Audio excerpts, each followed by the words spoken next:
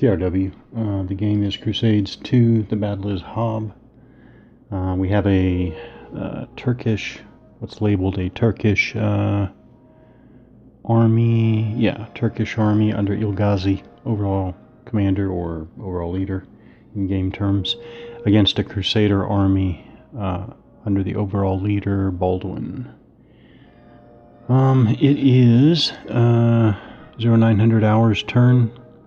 The game uses 30-minute turns, which, as always, in all of my playing of these games in this family, has always seemed about right. Nothing too outrageous there, one way or the other. Alright, before I get started, two observations which I will make fairly quickly.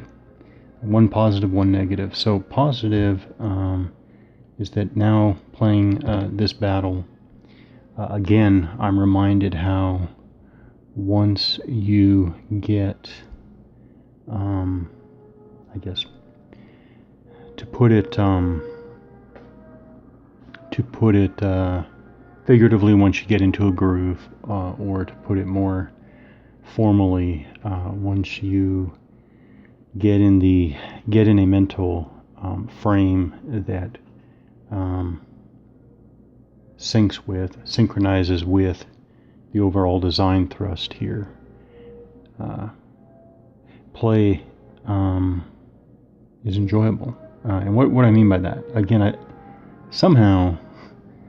guess I'm giving away something when I say somehow, but the game does draw you in, and I say somehow because actually I've always felt this, either more or less strongly, that on the surface it should not be as engaging as it is. So yeah, I would say that it is more engaging than one would think.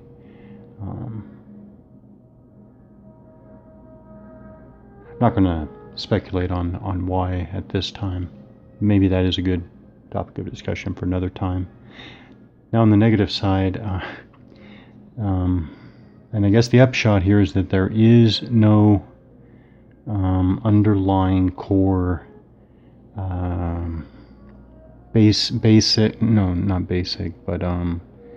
there is no underlying core rule set waiting to get out. There's no core rule set that was somehow hidden in the editing and developing of the game. What do I mean by that? Just the other day I was reading the rules to crossbows in Canon 1 and comparing them directly to crossbows in Canon 2, and I came across the rule about a die roll modifier for the multiple of how many enemy strength points you've killed versus the friendly strength points you've incurred. And again, I mean, this is one in a series of examples of things that, I don't want to say they pop up, but they are they hidden? No, see, they're not hidden because, anyways, I won't even finish that sentence. Just not even going to finish that sentence. What it is okay, I guess one of three things. And obviously, I'm never going to get to the bottom of it, and frankly, at this point, don't care to. But is it that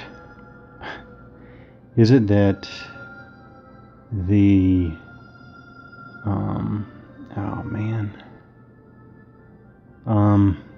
is it that the designer, okay, what is it?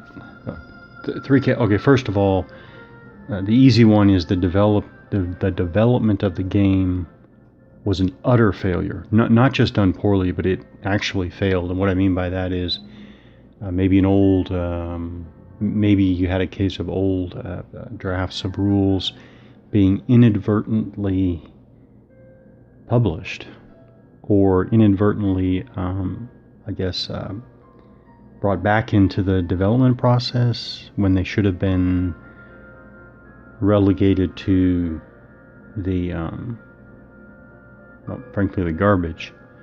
Or is it that the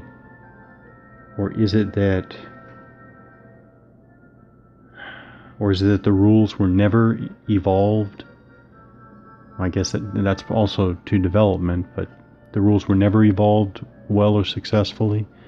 Or 3, is it that I think it's, well, maybe it's a combination of these things, but it also looks like the designer was experimenting at every step in the history of this family of games. Now, how do you explain? In here, I'll grab one example, and it's going to be impossible, I think, to tell what the real story is. Take the Royalist and Roundheads rule sets 1, 2, and 3.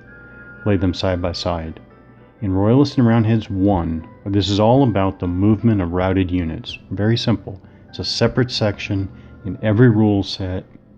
It's easy to find, easy to compare, side by side, word for word, letter by letter. And in Royalist and Roundheads 1, it says, and I'm pulling this off the top of my head. I've gone over this way too much. This is why these games are not beginner games. In RR1, it says routed units move 1/2 of their movement allowance. And I don't remember round up or down, whatever, but 1/2 of the movement allowance. Oh, obviously away from the enemy. That's all. You wouldn't expect anything other than that. In Royalist and Roundheads 2, they move 2 hexes. Again, away from the enemy. Nothing but half of the movement point. It's 2 hexes. So you might think, okay, there's an evolution there, but no. In Royalist and Roundheads 3, it goes back to 1/2 of the movement point, movement allowance. So you go from half movement allowance to 2 hexes and back to 1/2 movement allowance. Now, it's impossible to say. That's a finite example of what I'm talking about. Is that a case where, the draft for Royalist and Roundheads 1 text somehow inadvertently got back into the editing development process for Royalist and Roundheads 3? And it was just a plain development editing mistake? Was the 2 hex movement a deliberate change when the designer was experimenting and then decided that the experiment was not to his liking, and he reverted to the 1/2 movement allowance for RR3? Who knows? But that's the type of frustrating thing that you encounter. Well, again, it's only frustrating if you don't accept. The bottom line is you really have to. So there's several points. There are at least 2 points. One, you accept the rules for each game on their own. And again, this is based on the premise that there is no correct base rules. There isn't. I haven't found it. I should say I have not found it, and I've looked. I've looked and I've looked and I've looked, and I've not found it. There is no base rules anywhere. I don't think there ever was. I don't even think that was relevant to these games, to the development of these games. So you take the rules as they're given for each game, and you accept that on top of that, there are straight out and out mistakes. I know that because, you do all the reading online. And the designer has come up and revealed mistakes that were made. So you have to accept both. And that's frustrating. That's frustrating. That just proves that rules to a game are a unique kind of document. They're not like any old document. Rules need to be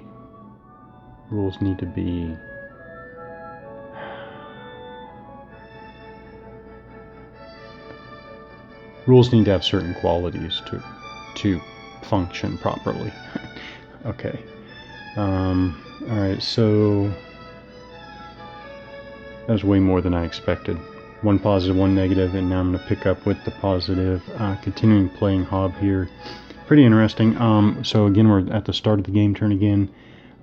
After the first turn, after the first turn, there's basically one step for the first phase. There's one step for the order phase, because there is an initial placement of command, but that's the initial placement of command, doesn't obviously apply again. So command change. I'm going to take a look at everybody, and we'll see what changes each side will attempt to make. Okay, so Toktigan tried to change his order to an attack order. He has a command rating of 4. He is not within the command span of Ilgazi, the overall leader. Yeah, he's outside, so he rolls. He actually got a 4. He needed 4 or less to change. So he did successfully change his orders. So Toktigan is now under attack orders, no longer under advance orders. Now on the Crusader side, I actually I thought about committing Baldwin early and actually having them charge over here and smash into these Turkish cavalry here, but I mean those are only mounted bowmen. I mean ideally I want to commit charging Crusader heavy cavalry to the regular Turkish cavalry. There's one there. It's probably a routed one. Oh yeah, there's a routed one there. And no. So, oh, here's some more. Here's some more regular cavalry. So yeah, there's some there. Toktigan himself has some. Okay, so that's regular cavalry there. Ilgazi has some. So this is the other grouping.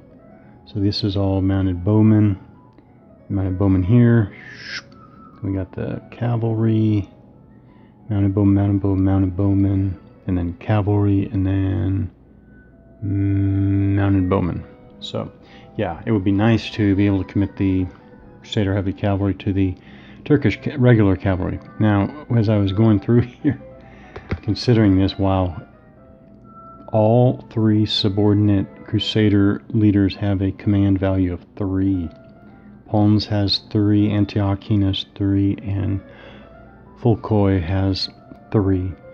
And I'm wondering maybe that's to Baldwin. If I wanted to change that to attack and charge, I could have done that without even rolling because he's overall leader. But I wonder if these other leaders, Crusader leaders, aren't given such low command ratings because they didn't cooperate. And actually maybe they were uncooperative with each other. Okay, wonder about that.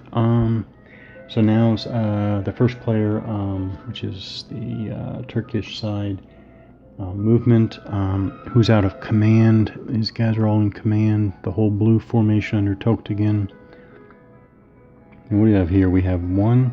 So we do have these very lenient 6 command spans for both Turkish leaders, whereas the 3 subordinate Crusader leaders have a pretty low 3 command span.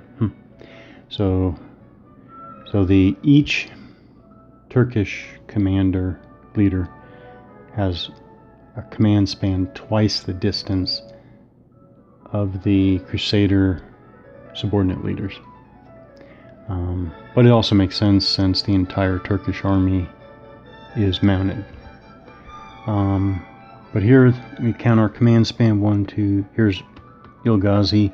1, 2, 3, 4, 5, 6, 6. This is traced through here. Through here. It would go through here anyway. 1, 2, 3, 4, 5, 6. But yeah, this is by extension because he is adjacent to this unit, and this unit is directly in command anyways. 1, 2, 3, 4, 5, 6. Yeah. Okay, so by extension or by command span, we are good for in command. Now we do a movement, and we do have to do some movement because now basically both sides are under attack. They really can't they're way too close. They can't hold back. I mean, everybody has to go in until they're adjacent to the enemy in this case. So we try to wrap around one more time there.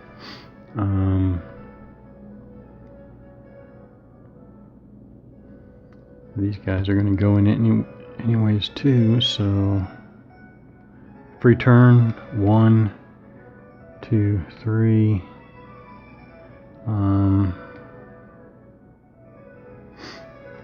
Free turn 1, 2, 3, 4, 5.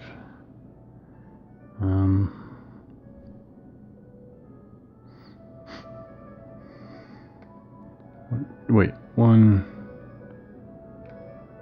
Well, yeah, 2. All right.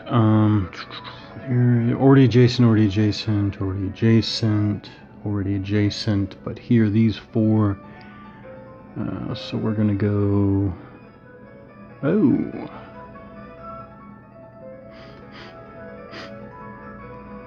We have some problems now. 1, 2, 3. 1, 1, 1. So now, 1, 2, 3, 4, 5, 6. Extension. Okay. All right. Wait, this guy too.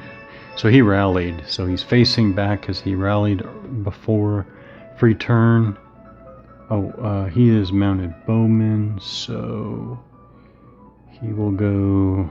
We'll fill in this one. 1, 2, 3. Fill in that gap right there. Not moving the routed units.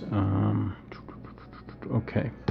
Then we go to combat phase, fire combat phase A first. I'll call it fire combat phase A. Wait, it doesn't.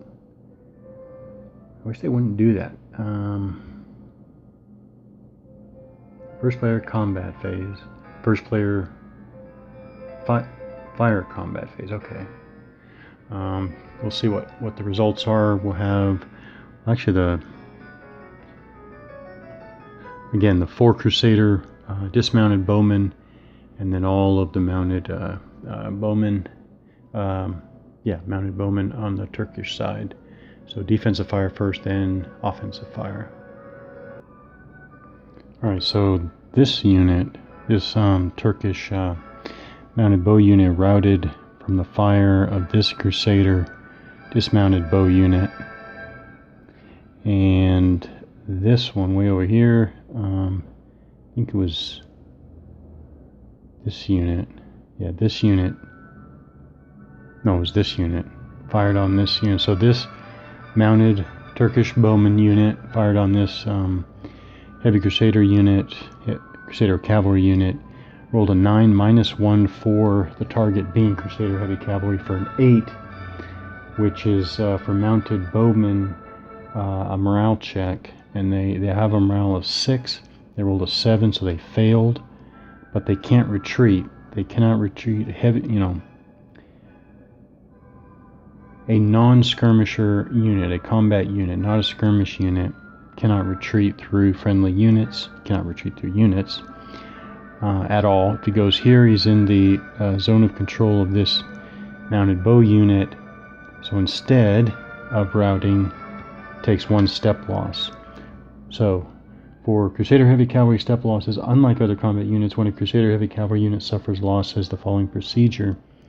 First hit, place a 1 step loss marker underneath the Crusader heavy cavalry unit, and the result is, unlike some of the other games in the family here, the combat strength, movement allowance, and morale rating are each reduced by 1. So having taken 1 step loss, its morale is now 5, its strength is now 4, and its movement allowance is now 5.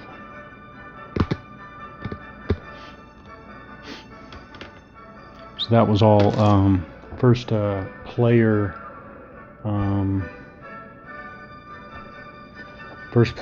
fire combat phase.